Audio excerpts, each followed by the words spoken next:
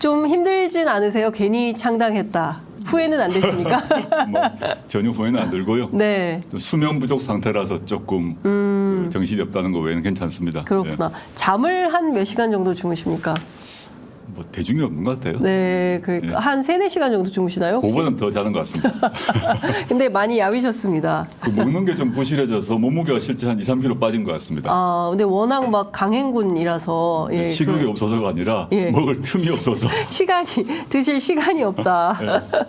당원이 또 늘었습니다. 12만 명. 12만 조금 넘은 것 같습니다. 12만 명도 넘었습니까? 예. 네. 제가 오늘 아침에 계산을 못 해봤는데요. 네. 아마 12만 원만 조금 넘은 것 같고 아마 계속 그 증가 추세에 있습니다. 네. 예. 오늘 이제 비례 후보 예. 이제 순번이 결정이 되는 날인데요. 투표율이 엄청나게 높아지고 있다고. 제가 어제 확인한 건 아마 70%는 훨씬 넘은 것 같고 네. 곧 오늘 조금 있으면 한 80% 되지 않을까 싶은데요. 세상에. 네. 거의 그 중국 공산당 수준.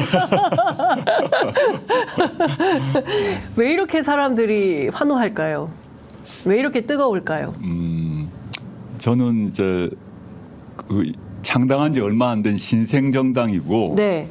의원 한 명밖에 없는 그 소형 정당 아닙니까? 네. 그럼에도 불구하고 지난 2년간 윤석열 정권의 그런 무능, 무책임, 무도함을 보면서 국민들이 마음속 깊이 이제 분노와 실망과 울분이 차 있었는데 네.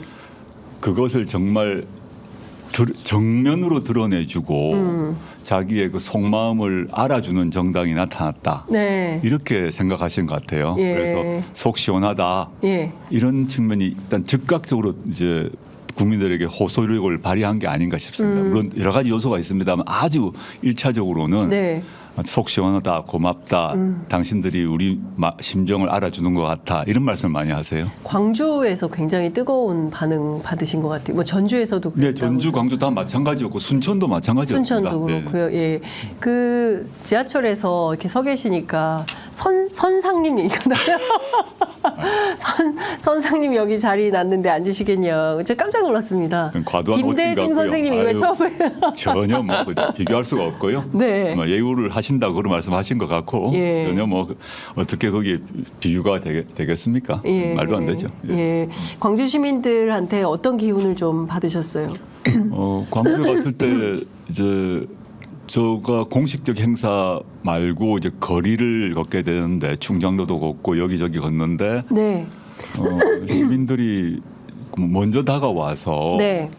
정말 뭐 그냥 그 뜨겁게 안아주시고 막 손을 막 세 손이 으스러질 정도로 잡아주시고 아 정말요. 우는 분도 계시고 뭐 이래가지고 네. 제가 그 참 놀랐어요. 물론 예. 이제 광주 호남 지역에서 조격신당이라는 지지가 높다는 것은 통계적으로 확인 계속되고 있지만 실제 네. 현장에서 만난 시민들이 남녀노소 불문하고 본인의 심정을 강하게 표출을 하시더라고요. 네. 그게 그 장면을 직접 겪으니까 당연히 이제 힘이 났고 네. 또 한편으로는 잘해야겠다 이런 생각이 들었습니다. 네.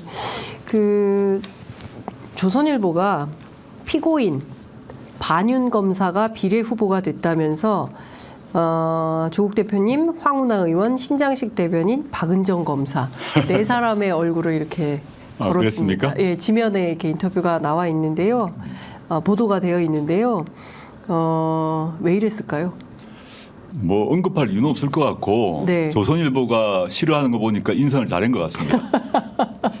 하나하나 뭐 제가 평가하지 않겠습니다. 네. 자, 이것 좀 여쭤볼게요. 어제 그제죠. 일단 3분 스피치가 있었습니다. 토요일 날 있었는데요. 네네. 압도적 1위를 만들어 달라고 하셨어요. 예, 예. 그 대체로 조국 대표는 다 사람들이 찍을 테니까 조국 빼고 다른 사람에게 투표한다고 하시는 분들 만나는데 그러지 말아라 이렇게 얘기를 하셨습니다. 맞습니다. 예. 근데 사실 좀 후순위로 배치돼서 앞순위를 좀 다 당선시켜 주십시오. 이럴 수도 있는 거 아닙니까 전략적으로? 전 뭐 그렇게 얘기하신 분 실제 많았고 네. 제가 저를 아는 뭐 선후배들도 그런 얘기를 저한테 문자로 보내고 전화를 하더라고요. 네네. 저는 그렇게 안 해야겠다라고 예. 얘기를 했고 네. 그 이유가 뭐냐면 일단 제가 정치인이 되었기 때문에 선한 권력 의지를 공개적으로 표출해야 한다고 생각합니다.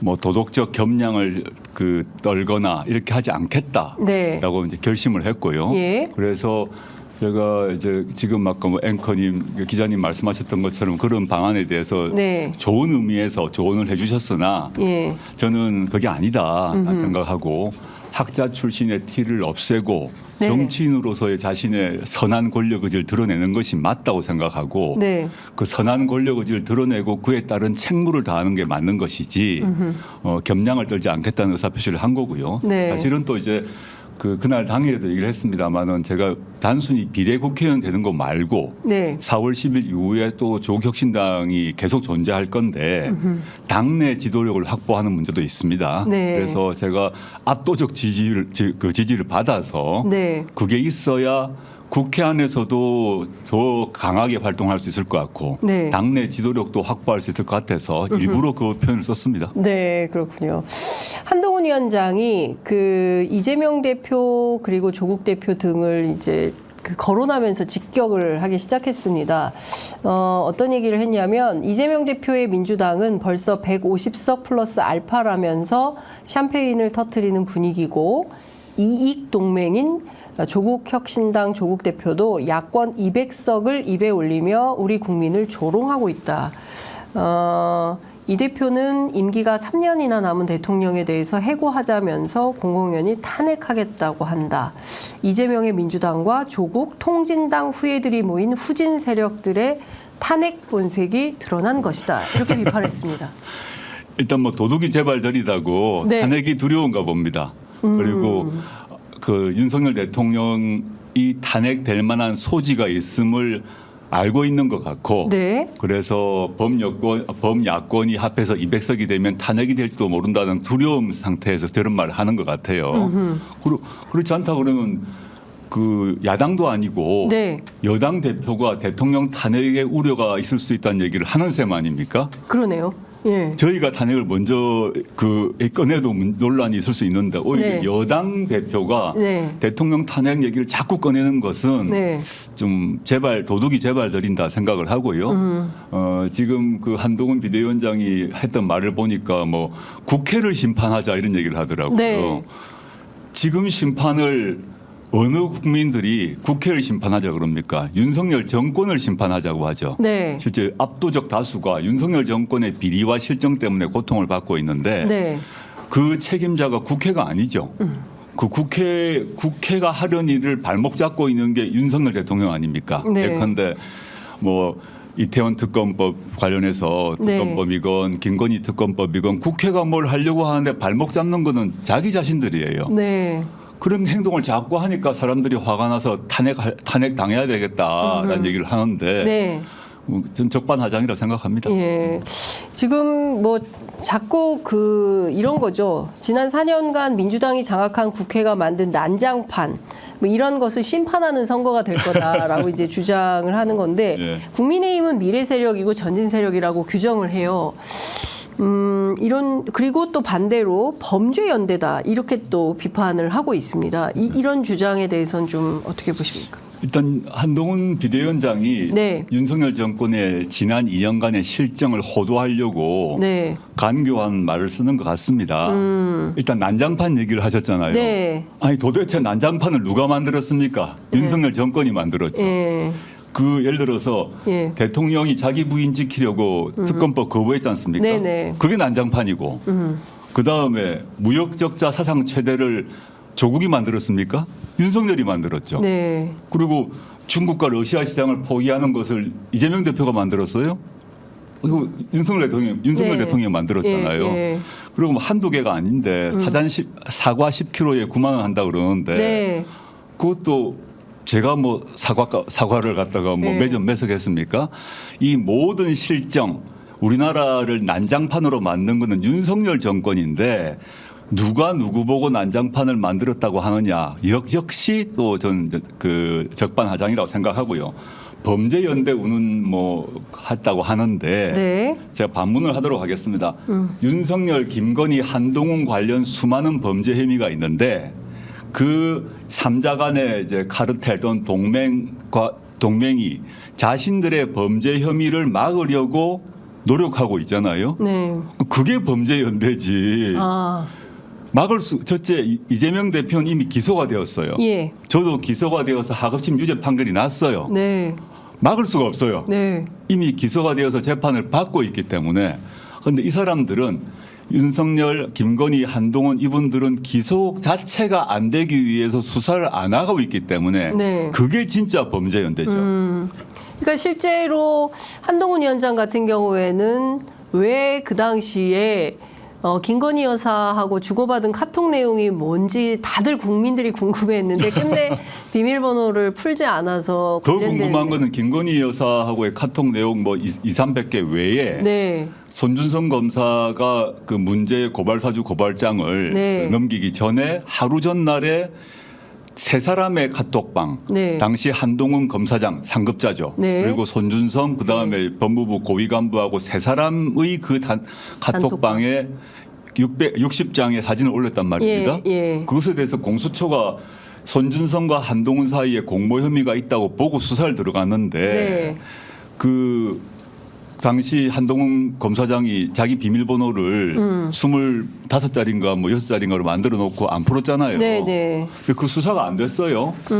근데 제가 그 수사 관련 전문가들한테 물어보니까 네. 아이폰이라 하더라도 이스라엘 정보 당국 또는 수사 당국에 요청을 하면 네. 이스라엘은 다 풀 수 있다는 겁니다.